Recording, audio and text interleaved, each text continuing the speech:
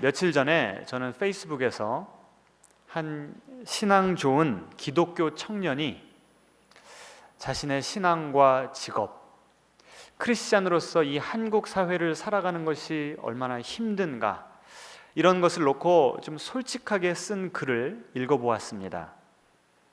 참 공감하는 부분도 있고 해서 제가 좀 한 부분을 좀 읽어드리겠습니다.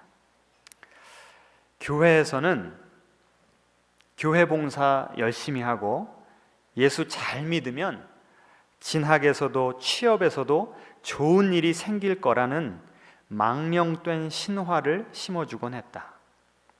이런 신화를 지속 가능케 하는 진학 및 취업 간증류가 상당히 유행했다. 대표적으로 원종수 권사를 들 수 있겠다. 여러분 무슨 말 하는지 아시겠습니까? 교회에서 나누는 간증이 대부분 기도 열심히 하고 교회 봉사 열심히 했더니 대학도 좋은 데 가고 직장도 좋은 데 얻더라, 이런 간증을 들었다는 거예요. 하지만 실제는 정반대였다.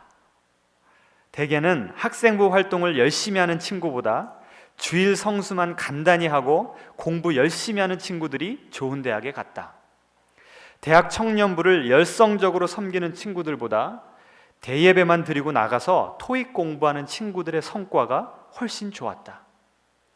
세상이 요구하는 스펙을 멀리하고 진학이나 취학이니 이야기하는 거 죄다 거짓말이다.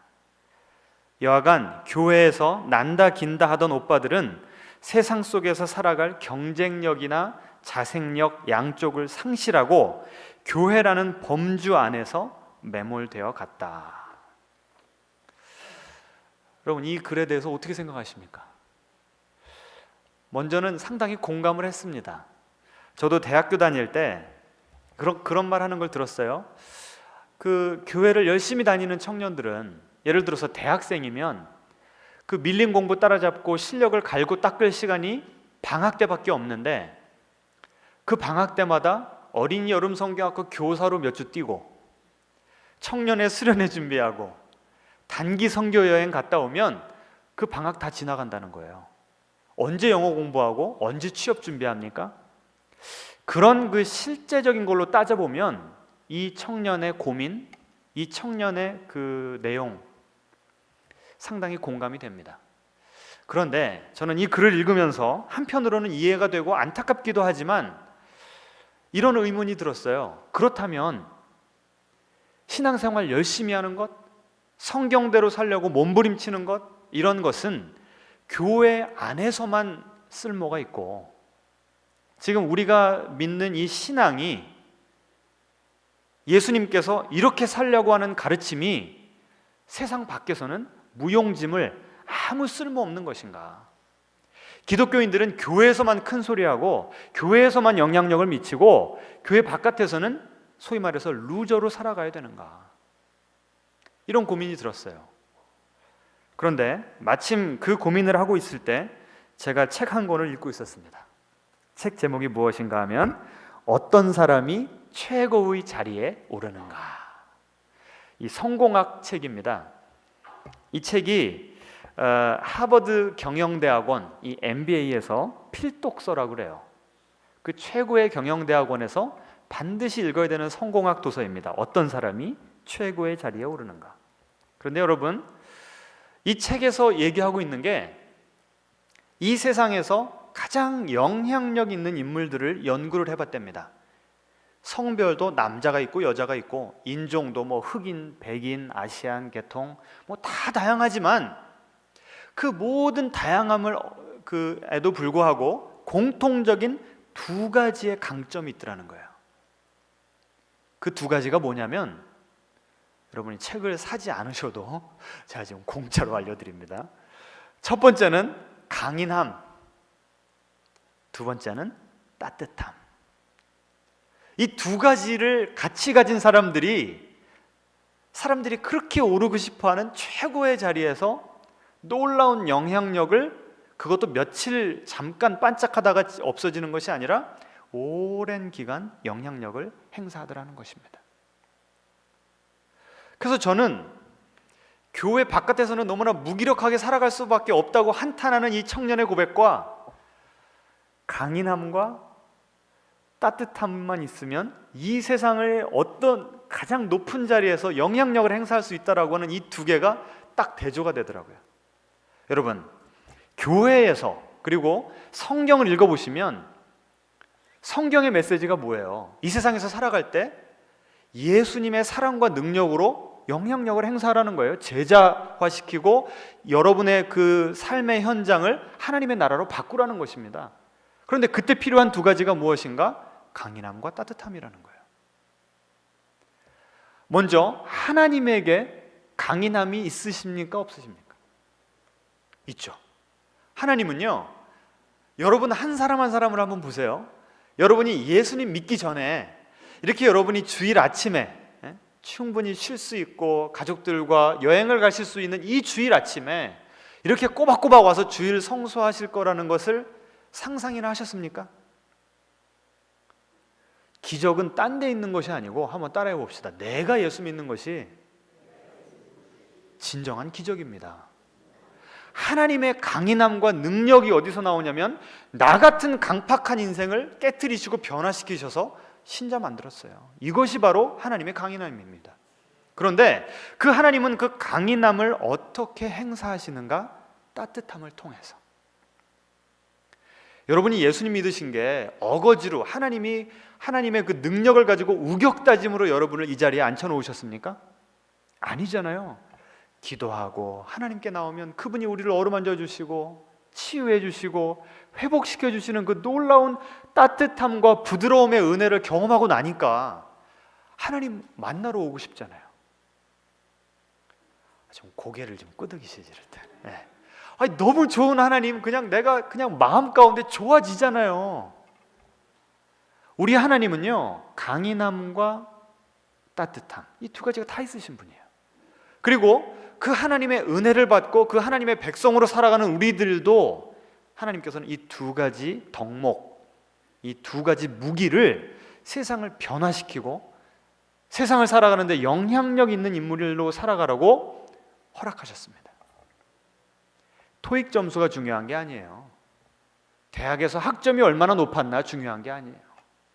이 두 가지만 나의 인격 가운데 충만하게 잘 개발시켜 놓으면 비록 스펙이 부족할지라도 충분히 그것을 만회할 수 있고요. 이 두 가지가 없다면 아무리 내가 영향력 있는 자리에 올라간들 얼마 안 가서 내려올 수밖에 없는 추락하는 인생이 된다는 것입니다. 우리는요, 이미 이 두 가지 덕목을 잘 배워서 알고 있어요. 그런데 이 두 가지가 얼마나 중요한지 실감을 못하고 살아간다는 것입니다. 그래서 웃긴 것이 성경에서는 아무리 이 강인함과 따뜻함에 대해서 얘기를 해도 에휴, 뭐 성경이니까, 뭐 교회니까 그렇게 살라고 그러지 얘기를 하고, 이 경영학 하버드 MBA에서 읽으라고 하는 이 책에서 강인함이 중요하답니다, 따뜻함이 중요하답니다 그러면 오 이런다고요. 얼마나 웃깁니까? 예? 하나님은요, 우리가 교회 안에서만 영향력 있는 인물로 살기를 원하시는 것이 아니고 교회 바깥에서도 이미 우리에게 허락하신 이 두 가지 무기를 가지고 세상을 변화시키시기를 원하시는 것입니다. 먼저 강인함이라는 것은 무엇인가? 이 책에 보시면 자신의 재능이나 의지력으로 일을 성사시킬 수 있는 능력, 이런 능력이 있는 사람들을 우리는 존중한다는 거예요. 또 따뜻함이라는 것은 무엇인가? 다른 사람과 감정, 관심사, 세계관을 공유한다고 하는 느낌. 그래서 이 책에서는 강인함과 따뜻함을 가지고 네 가지 조합을 만들어내서 이 세상에는 그 네 가지 부류의 사람이 있다고 합니다. 한번 보여주시겠습니까? 예, 주보에도 나옵니다. 여기 보시면 어떤 사람들은 강인함만 있다는 거예요. 얼마나 성격이 세고 불가능을 가능케 하고 자수성가한 분들 가운데 이런 그 강인함만 가진 분들이 있어요. 그래서 이런 분들을 볼 때 우리는 참 부럽다, 어떻게 저런 환경에서 이런 놀라운 업적을 이루어냈을까라고 존경하게 됩니다. 때로 독재자들이 이런 부류에 속하기 때문에 그런 사람들을 대할 때 우리는 좀 움찔하면서 두려워하게 되는 것입니다. 문제는요, 이렇게 강인함만 있을 때 제가 한 가지 실제적인 예를 들어드릴게요. 몇 주 전에 미국에서 가장 영향력 있는 목사님 중에 한 분이었던 마크 드리스콜이라고 하는 목사님이 교회에서 사임을 했습니다. 그 목사님이 그 교회를 25세 때, 25살 때 개척을 했어요.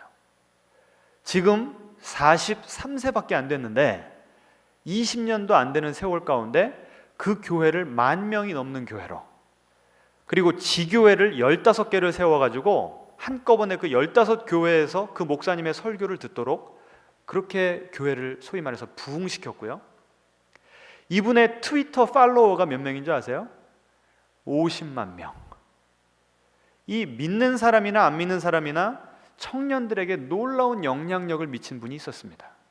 그런데 이분이 바로 저 강인함만 가진 분이었어요. 얼마나 설교는 기가 막히게 하시는데 이 말이 센지, 성격이 강한지 자기 뜻대로 따라오지 않는 사람들은 다 내쳐버리는 거예요. 그래서 이런 경향이 점점 심해지니까 그 교회 장로님들 몇 분이 이 목사님에게 가서, 목사님, 도가 지나쳤습니다. 사임하시면 안 되겠습니까? 그랬거든요. 그랬더니 그렇게 충심 어린 충고를 한 그 장로님들을 다 제명해 버렸어요. 교회에서 쫓아내 버렸어요. 그러면서 이 일이 불거지기 시작했는데 결국 이분이 사임을 했습니다. 근데 이분이 몇 년 전에 한 설교 가운데 이런 내용이 있어요. 나는 경쟁을 좋아한다. 나는 이기는 것을 좋아한다. 매년 교회는 성장해야 되고 내 영향력은 늘어나야 된다. 이것이 나의 우상이다. 그리고 나는 이 교회를 담임하면서 그 우상을 잘 숨길 수 있었다. 왜냐하면 매년 교회를 부흥시키는 목사님한테 누가 딴지를 겁니까? 그런데 그 부흥이 정말 하나님을 사랑하고 복음을 사랑하는 마음도 있지만 또 다른 마음 한가운데 나의 야심이, 내가 불가능을 가능케 해야 되겠다고 하는 이 강인함이 나를 끌었기 때문에 결국 많은 사람들에게 상처를 입히고, 그 강인함 때문에 교회가 부흥했는데 결국은 그 강인함 때문에 그 높은 영향력 있는 자리에서 사임해야 되는 상황에 이르렀다는 것입니다. 강인함만 있다 보니까 그런 문제가 있더라는 거예요. 반대로 우리들 가운데는 따뜻함만 있는 분들이 있어요. 우리 지금 그런 말들 하지 않습니까? 저 사람은 사람이 너무너무 좋아, 너무너무 착해. 근데 문제는 이런 사람들은 항상 사기를 당해요. 보증 서줬다가 같이 쫄딱 망합니다. 사람이 너무 좋아서 남한테 싫은 소리 하나 못하고, 옆에 있으면 내 소원, 내 그 고민을 다 들어줄 것 같고, 항상 나를 껴안아 줄 수 있을 것 같은 너무나 사람은 좋은데 다른 사람들을 변화시키지 못하고 도전하지 못한다는 거예요. 그래서 따뜻함만 가져도 문제가 되는 것입니다.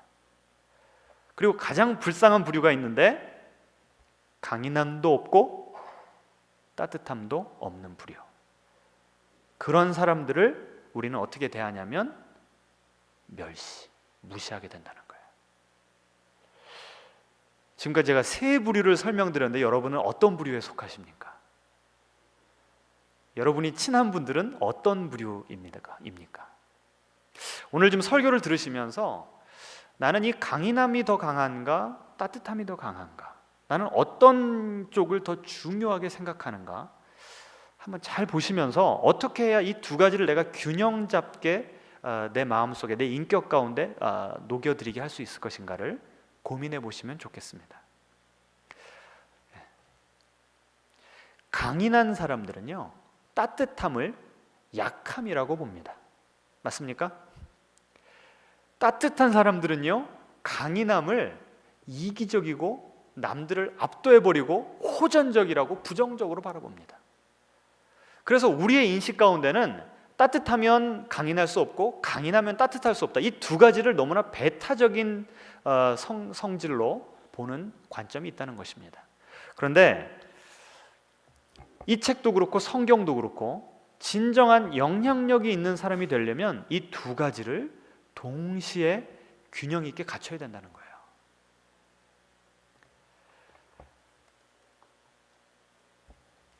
그러면 이제 우리에게 드는 질문은 이것이죠.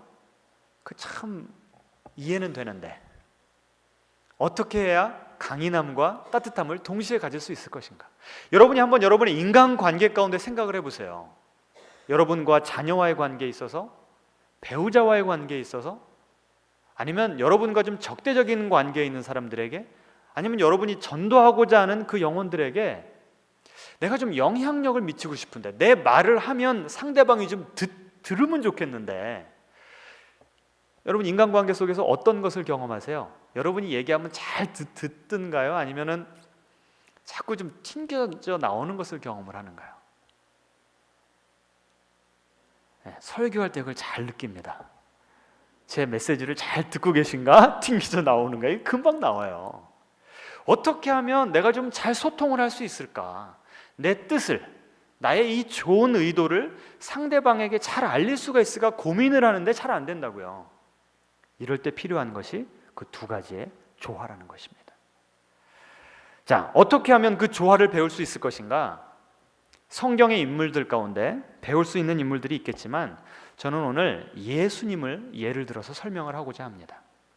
예수님께서 그 강인함과 부드러움, 그 강인함과 따뜻함을 통해서 그 구원의 역사, 사람을 변화시키는 역사를 어떻게 이루어내셨는가? 그분의 영향력을 다른 이들에게 어떻게 행사하셨는가를 좀 살펴봤으면 좋겠어요. 오늘 우리가 읽었던 그 요한복음 8장에 보시면 예수님께서 성전에서 설교를 하고 계셨어요. 그런데 갑자기 저기서 웅성웅성 하는 소리가 들립니다. 종교 지도자들이 한 여인을 끌고 온 거예요. 여인의 머리는 헝클어져 있고 덜덜덜 떨면서 흐느껴 울고 있습니다. 여인이 옷도 제대로 입지 못하고 그냥 큰 겉옷으로 그냥 알몸을 겨우 이렇게 좀 가리고 있는 그런 상황입니다. 그 여인을 데리고 와서는 종교 지도자들이 예수님께 이렇게 물어봅니다. 예수님, 성경에 보면 간음하다 잡힌 사람을 돌로 쳐 죽이라고 되어 있습니다. 이 여인이 간음하다 잡힌 여인입니다. 어떻게 하실 겁니까? 물어본 거예요. 지금 예수님이 아주 인간관계 가운데 어려운 상황에 지금 직면했습니다. 한편으로는 예수님을 걸고 넘어지려고 하는 적들이 있어요. 종교 지도자들. 또 한편으로는 예수님의 도움이 필요하고 예수님이 구원을 해야 할 가련한 여인, 죄인이 있습니다. 이 양쪽에게 예수님께서 강함과 따뜻함을 어떻게 적용했는지를 살펴보면 놀라운 통찰과 은혜를 받을 수 있습니다. 먼저 이 적들에게 어떻게 대했는가를 봤으면 좋겠어요. 만약에 예수님이 그 예수님의 강인함만을 가지고 이 사람들에게 다가갔다면 어떻게 하셨을 것 같습니까? 가장 쉬운 방법은 하나님께 기도하는 거예요. 하나님, 내가 누군지도 모르고 내 권위에 도전하는 저들에게 어떻게 해요? 천벌을 내려주시옵소서. 천둥번개 그냥 한번 꽝 쳐가지고 그 다음부터 다른 사람들이 두려워가지고 감히 예수님께 나와서 이런 짓 못하도록 아예 막아버릴 수도 있습니다. 그런데 문제는 그렇게 강함으로만 나가면 사람들이 예수님을 두려워할 수는 있지만 예수님을 사랑할 수는 없을 거예요. 또 그 간음하다 잡힌 사람에 대한 그 성경 구절이 레위기서 20장 10절에 있습니다. 한번 우리 같이 가보실까요? 참 저는 이걸 직접 찾아보고 너무나 재밌었어요. 레위기서 20장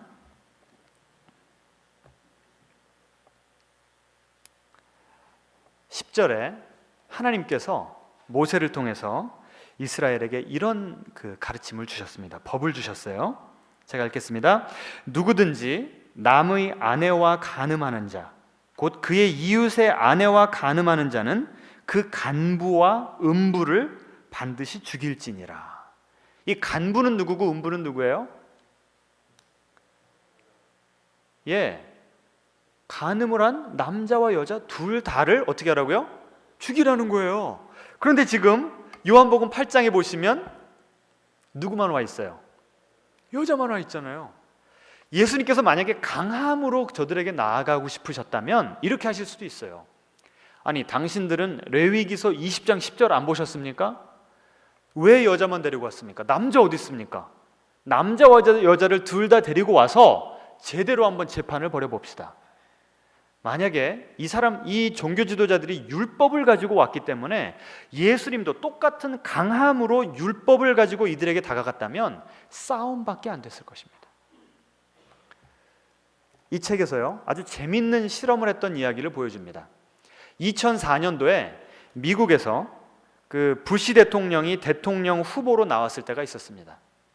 그래서 한 심리학자가 부시 대통령을 지지하는 사람들만 모아놓고 비디오를 하나를 보여줬어요. 어떤 비디오를 보여줬냐면 부시 대통령이 어떤 때는 이 말을 하고 어떤 때는 저 말을 하고 부시 대통령의 부족한 모습들만을 부각시키는 그런 비디오를 보여준 거예요. 그러면서 뭐를 했냐면 그들의 뇌를 이 MRI로 관찰을 했습니다. 그랬더니 어떤 결과가 벌어졌는가? 이 사람들의 뇌에서 이성과 논리를 담당하는 부분이 활동을 중단했다. 무슨 말이냐면 지금 나는 조지 부시 대통령을 좋아하는 거예요. 그런데 그분이 부족하다고, 그 사람이 나쁜 사람이라고 하는 내가 믿는 것과 정반대되는 그 내용을 보니까 거부 반응이 일어나가지고 뭘 닫아버렸다고요? 이성을 그냥 닫아버렸다고요. 그리고 오히려 투쟁이나 도피, 내가 싸울 것이냐 내가 도망갈 것이냐, fight or flight 하고 하는 그런 반응을 담당하는 뇌의 부분에 불이 켜졌다라고 하는 결과를 얻었습니다. 무슨 말이냐면 아무리 진리라고 할지라도 내가 이미 믿고 있던 것을 정면으로 되받아치면서 당신은 지금 잘못된 거 믿고 있어요 라고 얘기를 하면 거부감이 들고 화가 치밀어 오르면서 그때부터 이성이 작동을 안 한다는 거예요. 그래서 이 책에 이렇게 나옵니다. 토론이 언쟁이 될 때, 싸움이 붙어버리면 사람들은 더 이상 논리적이고 이성적으로 사고하지 않는다. 단지 싸움을 하게 된다.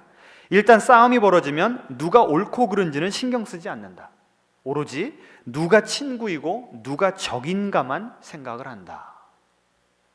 예수님께서는요, 그 종교 지도자들의 뇌를 검사해보지 않으시고도 이 사람들이 율법으로 가지고 왔는데 내가 한번 싸워버리라고 하면 이 사람들의 마음이 다치고 결국 싸움으로만 끝나버리는 것을 아셨기 때문에 예수님은 직접 강함에 대해서 강함으로 반응하지 않으셨습니다.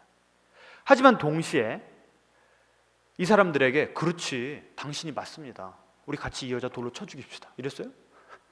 아니에요. 예수님은 진리를 타협하지 않으시면서도 강함을 나타내시면서도 그 강함을 부드럽게 따뜻함을 통해서 나타내셨습니다. 그것이 어디 나오냐면 8장 7절에 나옵니다. 예수님께서 이 종교 지도자들에게 이렇게 말씀하셨습니다. 너희 중에 죄 없는 자가 먼저 돌로 치라. 정말 예수님이 한번 이 사람들 그냥 옴짝달싹 못하게 만들려면요, 이렇게 하실 수가 있었어요. 김 집사 나와봐. 당신 요날 요때 이런 죄 지었지. 이 권사 나와봐. 한 사람 한 사람 해버렸으면요 다 도망갔습니다. 멸망하기도 전에. 하지만 이 사람들은 크게 상처만 입고 예수님한테 아마 이를 갈면서 예수님이 원수가 됐을 거예요. 그런데 예수님께서 얼마나 지혜로우시냐면 너희 중에 죄 없는 자가, 이 부드러움 가운데 묻어나오는 강함 때문에 이 사람들은요 돌을 들어서 그 여인을 향해서 치려고 했던, 저 여인이 죄인이야 라고 했던 마음이 어떻게 됐습니까? 내가 지금 죄인은 아닌지 내 스스로의 내면을 볼 수 있게 되었어요. 그 예수님의 지혜로움 때문에 싸움에서 싸움으로 끝난 것이 아니고 이 사람들이 오히려 나를 바라보면서 반성하고 양심의 가책을 받고 찔림을 받게 예수님께서 도와주셨다는 것입니다. 그렇게 보면 예수님은 자기를 적대하는 사람들에 대해서 저들은 내 인생을 힘들게 하는 악한 사람들이야 라고 한 것이 아니라 저들도 내가 어떻게 도와줄 수 있을까?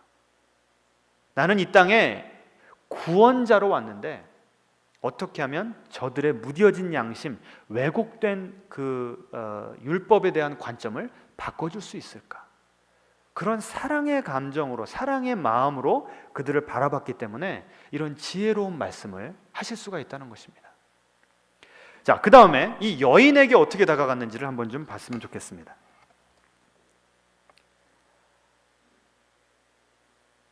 이 여인에게, 자, 6절 한번 보겠습니다.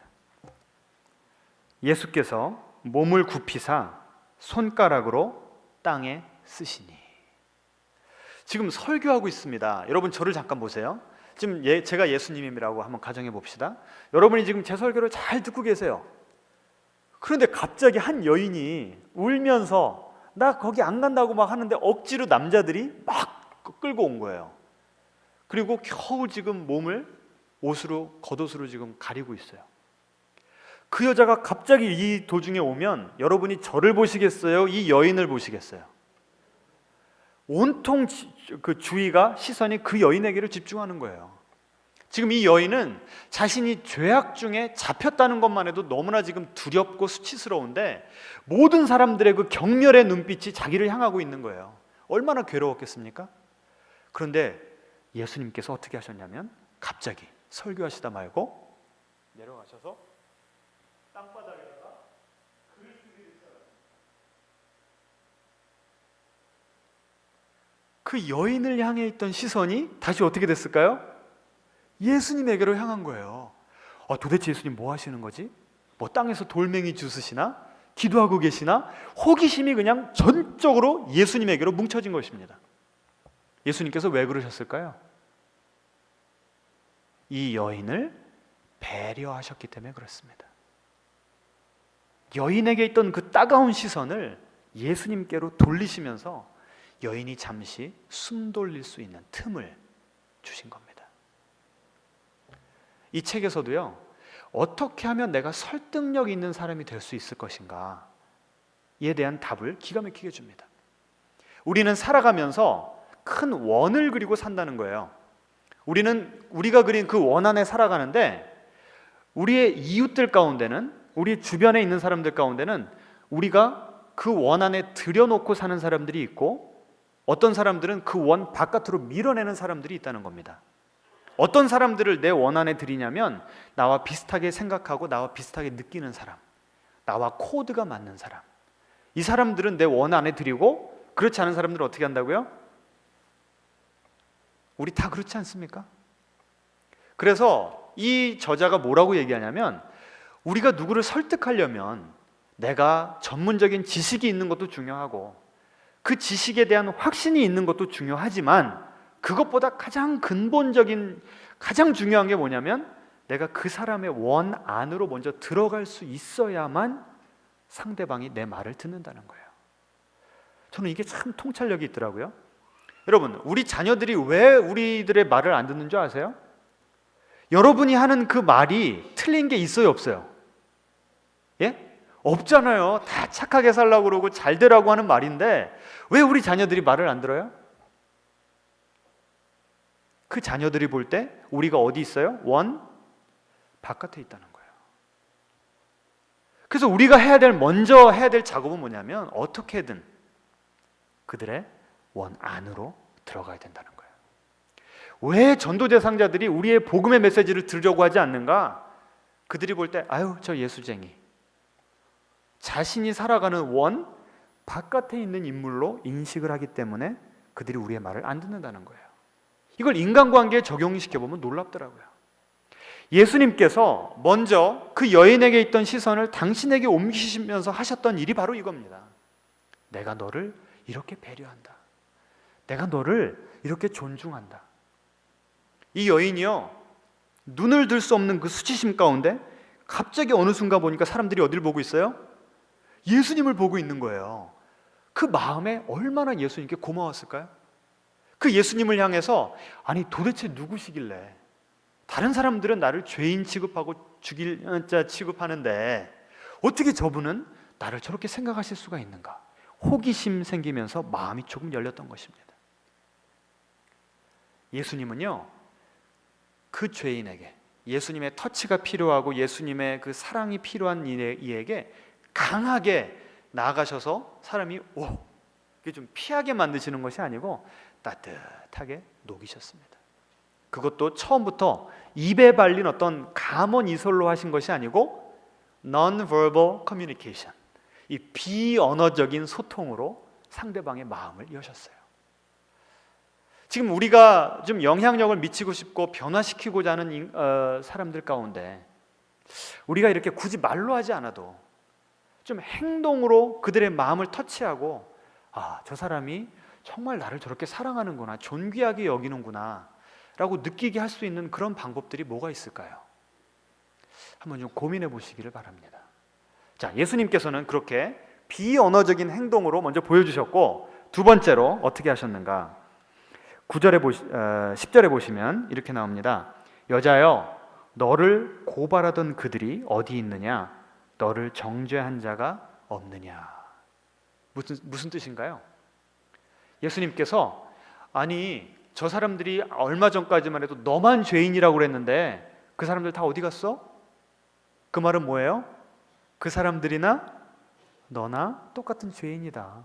너는 죄를 짓다가 들켜서 더 욕을 먹었던 거고, 저 사람들은 똑같이 죄를 짓지만 안 들키고 잘 숨기고 있는 것뿐이다.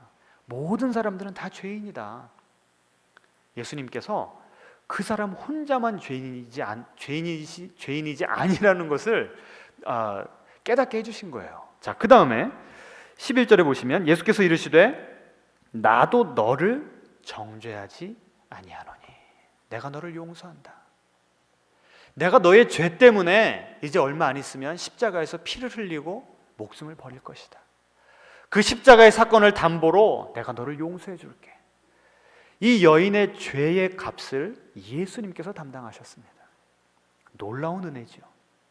그런데 만약에 예수님께서 여기서만 끝이셨다, 예수님께서 이 여인에게 보여주신 것이 이 따뜻함밖에 없었다고 한다면 어떤 일이 벌어졌을까요?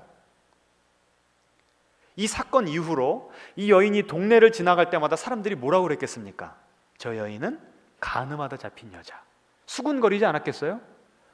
그러면 거기다 대고 이 여자가 막 달려가서 뭐라고 그랬을까요? 나만 죄인이야? 당신들도 죄인이잖아. 예수님이 나를 정죄 안 했는데 당신들이 뭐라고 나를 정죄해? 오히려 뻔뻔스러운 죄인이 되었을 것입니다. 예수님의 용서를 값싼 용서로 만들어버렸을 것입니다. 예수님에 대해서 고마운 감정은 있지만 그 고마운 감정이 내 인생에, 내 마음에 실질적인 변화는 일으켜내지 못했을 것입니다. 그런데요, 예수님께서는 그의 인생, 그 여인이 만들어 놓은 원 안으로 깊숙이 들어가신 다음에 이런 말씀을 하셨습니다. 가서 다시는 죄를 범하지 말라. 예수님이 가장 부드러운 방식으로, 하지만 그분의 진리를, 타협할 수 없는 진리를 전해주신 것입니다. 죄를 짓지 말아라. 너는 이 죄보다 훨씬 더 존귀한 자다. 예수님은 당신의 강함을 나타내실 때도 힘을 과시하기 위해서 나타내신 것이 아니고 그 여인을 섬기기 위해서 당신의 강함을 부드러움 가운데 나타내셨다는 것입니다. 우리가 어떻게 이런 사람이 될 수 있을까요? 먼저는 예수님이 우리에게 이렇게 다가오시는 그 예수님의 강인함과 부드러움 속에 나타나는 강인함 속에 나타나는 따뜻함의 은혜를 우리가 먼저 경험해야 됩니다. 우리가 바로 이 여인 아닙니까? 우리가 죄 지은 것에 대해서 지금도 정죄하면서 송사하는 그 사단 앞에서 우리는 벌거벗은 모습으로 벌벌벌 떨고 있습니다. 그런데 예수님께서는 그 십자가의 은혜로 우리를 덮어주십니다. 그리고 그 예수님의 진리로 다시 한번 우리에게 이제 새로운 인생을 살아라, 나의 구원의 은혜에 합당한 거룩한 삶의 열매를 맺어라, 그 진리의 말씀을 우리에게 주고 계신 것입니다. 이 놀라운 조화로운 그 예수님의 은혜를 경험하고 나면 우리도 우리 인생 가운데 다가오는 적들에게, 우리가 지금 도움의 손길을 뻗어야 되는 그 구원의 대상자들에게 따뜻함과 강인함으로 다가갈 수가 있다고 하는 것입니다.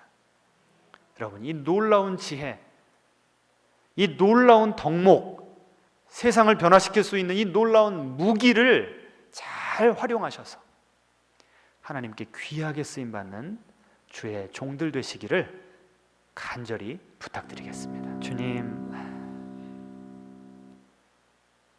우리는 지금까지 강인함만을 추구해 왔습니다.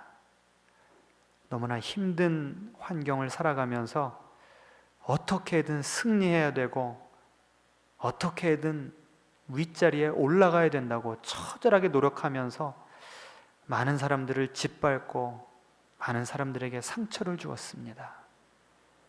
하나님, 우리 가운데 따뜻함을 허락하여 주시옵소서. 우리 가운데는 따뜻함만을 가지고 소가리를 하면서 남들이 나를 좋아해 주기를 바라면서 할 말 못하고 영향력 없는 인생만을 살았던 그런 지체들이 있다고 한다면 우리에게 확신과 진리 위에 설 수 있는 그런 강인함을 허락하여 주시옵소서. 우리가 지금 구원해야 될 사람들이 너무나 많이 있습니다. 우리를 힘들게 하는 적들에게조차도 주님의 마음을 가지고 다가가서 그들이 회개 자리에 나아가도록 하는 그 사명을 우리에게 주셨습니다. 하나님, 이 부담스러운 사명을 어떻게 우리의 지혜로, 우리의 능력으로, 우리의 결단으로 감당할 수 있겠습니까? 주님, 가늠하다 잡힌 이 여인에게 주셨던 그 균형 잡힌 은혜를 우리에게 허락하여 주시옵소서. 그 주님의 지혜로우심에 우리가 감동받게 하시고 우리가 먼저 변화를 받아서 그 똑같은 은혜를 우리의 가족들에게, 우리의 이웃들에게 행할 수 있도록 도와주시옵소서. 우리 인생을 주님께 맡겨드리며 예수님의 이름으로 기도합니다. 아멘.